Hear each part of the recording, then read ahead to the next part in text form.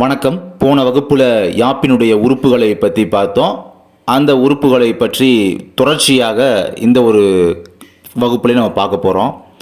இப்போ பார்க்குறது பார்த்தீங்கன்னா தலைன்ற ஒரு இது பார்த்தீங்கன்னா உங்களுக்கு தலைனா என்ன முதல்ல சீர்னா என்ன அப்படின்றத ஃபஸ்ட் தெரிஞ்சுக்கோங்க. சீர்னா ஒரு சென்டென்ஸ் சொல்கிறோம் பார்த்தீங்கன்னா இங்கிலீஷில், அதுதான் சீர். அதுக்கப்புறமா அசை அப்படின்னா வேர்டு இங்கிலீஷில். ஸோ அதை போன இதிலே வகுப்புலேயே சொல்லியிருந்தோம் உங்கள்கிட்ட, ஓகேங்களா? இப்போ சீர்கள் ஒன்றோடு ஒன்று பொருந்துவது தான் தலை. அதாவது சென்டென்ஸ் பார்த்தீங்கன்னா ஒன்றோட ஒன்று அட்டாச் ஆகிறது தான் தலைன்னு சொல்லுவாங்க.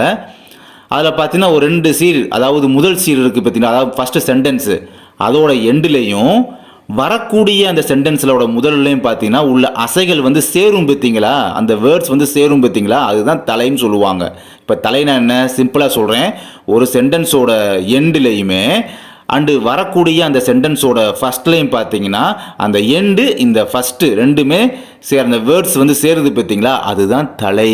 தலை எத்தனை வகைப்படும் அப்படின்னு கொஸ்டினில் கேட்கலாம். தலை பார்த்தீங்கன்னா 7 வகைப்படும். அது என்னென்னு தெரிஞ்சுக்கோங்க.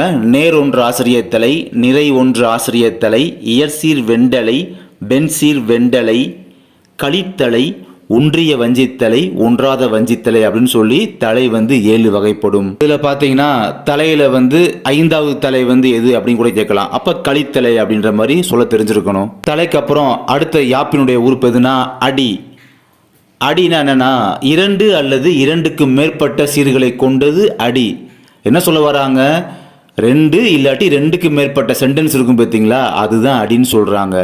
அப்போ 2 சென்டென்ஸ் நமக்கு என்னென்னா வரும். திருக்குறள் தெரியுமா, திருக்குறள் எத்தனை சென்டென்ஸு, 2 சென்டென்ஸ் இருக்குமா, அப்படி 2 சீர், அதான் 2 சீர்களை கொண்டது அடி. ஸோ ஒரு எக்ஸாம்பிள் சொல்கிறேன். அப்போ அடி அடி பார்த்தீங்கன்னா 5 வகைப்படும். இப்போ தலை எப்படி 7 வகைப்படும் பார்த்தோமோ அது மாதிரி அடி 5 வகைப்படும். ஒன்று குறளடி, 2வது சிந்தடி, அடுத்து அளவடி, அடுத்து நெடிலடி, அடுத்து களி நெடிலடி. இதில் பார்த்தீங்கன்னா அளவடிக்கு 3வது இருக்கக்கூடிய அளவடிக்கு நேரடி அப்படின்ற இன்னொரு பெயருமே இருக்குது. இப்போ அடி 5 வகைப்படும் பார்த்தோம் பார்த்தீங்களா. இதில் என்ன டிஃப்ரென்ஸ் பார்த்தீங்கன்னா, முதல்ல குறளடி அப்படி சொல்லும்போது உங்களுக்கு தெரிஞ்சிருக்கும். குறளடின்னு என்னது, திருக்குறள் தான். திருக்குறள் எத்தனை அடி இருக்கும், 2 அடி இருக்குமா, சாரி 2 சீர் இருக்குமா, அது சீர் தான் சொல்லுவோம். ஏன்னா சென்டென்ஸ் என்ன சொன்னேன், தமிழில் சீர்னு எடுத்துக்கோங்க சொன்னேன் பார்த்தீங்களா. அப்போ 2 சீர் அப்படின்றது இருக்குமா, அது குறளடி. அதே மாதிரி பார்த்தீங்கன்னா சிந்தடினா 3 சீர், அளவடினா 4 சீர், நெடிலடினா 5 சீர், களி நெடிலடினா 5 சீர்களுக்கு மேல் வரும் அப்படின்றத ஞாபகம் வச்சுக்கோங்க.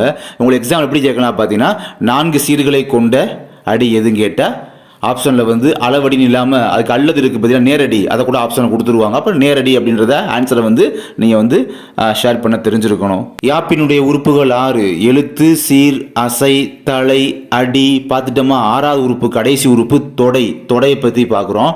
தொடை பார்த்தீங்கன்னா 8 வகைப்படும். அது கொடுத்துருக்காங்க பாருங்கள். மோனை, இயைபு, எதுகை, முரண், அளபடை, அந்தாதி, இரட்டை, செந்தொடை. இது அதான் மோனை, தொடை, இயைபு, தொடை. அதை தான் ஷார்ட்டாக நான் உங்கள்கிட்ட சொல்கிறேன். ஓகே. அண்டு தொடை அப்படின்ற டாபிக் பார்த்தீங்கன்னா ரொம்ப இம்பார்ட்டண்ட்டான டாபிக். இதுக்கான எக்ஸாம்பிள் உங்களுக்கு சென்டென்ஸை காமிச்சு சொல்லி கொடுத்தா உங்களுக்கு நல்லா புரியும், ஓகேங்களா? இது ஷார்ட் அண்ட் ஸ்வீட்டாக ஒரு நோட்ஸ் மாதிரி உங்களுக்கு கொடுத்துருக்கோம். அதாவது ஒரு ஃபார்முலா மாதிரி புரிஞ்சுக்கிறதுக்காக கொடுத்துருக்கோம். அவங்களுக்கு ஃபுல் அண்ட் ஃபுல் இதை டெப்த்தாகவே தொடையை பற்றி தனி வகுப்பாகவே நம்ம எடுக்கலாம் அடுத்த வரக்கூடிய கிளாஸில்.